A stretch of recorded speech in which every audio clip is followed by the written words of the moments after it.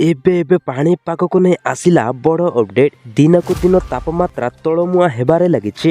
ଏବେ ଯେମିତି ଶୀତ ଦାଉ ସାଜିଛି, ଏଭଳି ସ୍ଥିତି ଦେଖିବାକୁ ମିଳିଛି ଓଡ଼ିଶାର କାଶ୍ମୀର କୁହାଯାଉଥିବା କନ୍ଧମାଳ ଜିଲ୍ଲା ଦାରିଙ୍ଗବାଡ଼ି ଅଞ୍ଚଳରେ। ତେବେ ଆଗକୁ ଆହୁରି ତଳମୁହାଁ ହେବ ବୋଲି କହିଛି ଭୁବନେଶ୍ୱରସ୍ଥିତ ଆଞ୍ଚଳିକ ପାଣିପାଗ ବିଭାଗ କେନ୍ଦ୍ର। ତେବେ କୋଉ ସହରରେ କେତେ ରହିଛି ତାପମାତ୍ରା, ଆଉ କିଛି ଦିନ ଗଲା ପରେ ଶୀତ ବଢ଼ିବ କି କମିବ, ତା ସହିତ ଆପଣଙ୍କ ସହରରେ କିମ୍ବା ଗାଁରେ କେତେ ରହିଛି ଶୀତର ତାପମାତ୍ରା, ସମ୍ପୂର୍ଣ୍ଣ ଅପଡେଟ୍ ଜାଣିବା।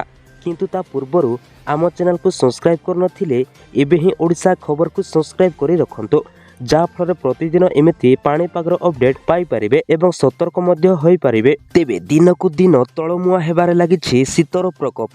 ଏବେ ଶୀତ ଯେମିତି ଦାଉ ସାଜିଛି, ଏଭଳି ସ୍ଥିତି ଦେଖିବାକୁ ମିଳିଛି ଓଡ଼ିଶାର କାଶ୍ମୀର କୁହାଯାଉଥିବା କନ୍ଧମାଳ ଜିଲ୍ଲା ଦାରିଙ୍ଗବାଡ଼ି ଅଞ୍ଚଳରେ। ଦିନକୁ ଦିନ ଶୀତର ଲହରୀ ଅଞ୍ଚଳବାସୀମାନଙ୍କ ପାଇଁ ଅସ୍ୟ ଅସମ୍ଭାଳ ହେବାରେ ଲାଗିଛି। ଦିନ ଓ ରାତିରେ ଶୀତର ଲହରୀ ଅନୁଭୂତ ହେଉଥିବା ବେଳେ ସନ୍ଧ୍ୟା ନେଇ ଆସିବା ପରଠାରୁ 10ଟା ପର୍ଯ୍ୟନ୍ତ ଅସ୍ୟ ଝାଡ଼ ଥରୁଛି ସାରା ଓଡ଼ିଶା। ତେବେ ଶ୍ରମିକ ହୁଅନ୍ତୁ କି ସରକାରୀ ଓ ବେସରକାରୀ, ସମସ୍ତଙ୍କୁ ଅସ୍ତବ୍ୟସ୍ତ କରୁଛି ଅସମ୍ଭାଳ ଶୀତ। ଏବେ ଖରା ଓ ନିଆଁ ଜରୁରୀ ହୋଇପଡ଼ିଛି। ତେବେ ରାଜଧାନୀ ପ୍ରବଳରୁ ଅତି ପ୍ରବଳ ଥଣ୍ଡା ଅନୁଭୂତ ହେଉଛି।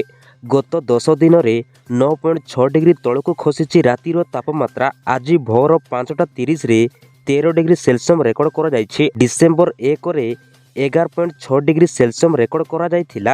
ସେହିପରି ଡିସେମ୍ବର 2ରେ 21 ଡିଗ୍ରୀ, 3 ତାରିଖରେ 17.1 ଡିଗ୍ରୀ, ଗତ 4 ତାରିଖରେ 17 ଡିଗ୍ରୀ, 5 ତାରିଖରେ 15 ଡିଗ୍ରୀ, 6 ତାରିଖରେ 14.4 ଡିଗ୍ରୀ ରେକର୍ଡ ହୋଇଛି। ଡିସେମ୍ବର 7 ତାରିଖରେ 13.4 ଡିଗ୍ରୀ ରେକର୍ଡ କରାଯାଇଥିଲା। ଡିସେମ୍ବର 8ରେ 13.6 ଡିଗ୍ରୀ ରହିଥିଲା। ଡିସେମ୍ବର 9 ତାରିଖରେ 15 ଡିଗ୍ରୀ ରେକର୍ଡ କରାଯାଇଥିଲା। 11 ତାରିଖରେ 13 ଡିଗ୍ରୀ ରେକର୍ଡ କରାଯାଇଛି ବୋଲି ଆଞ୍ଚଳିକ ପାଣିପାଗ ବିଜ୍ଞାନ କେନ୍ଦ୍ର ପକ୍ଷରୁ କୁହାଯାଇଛି।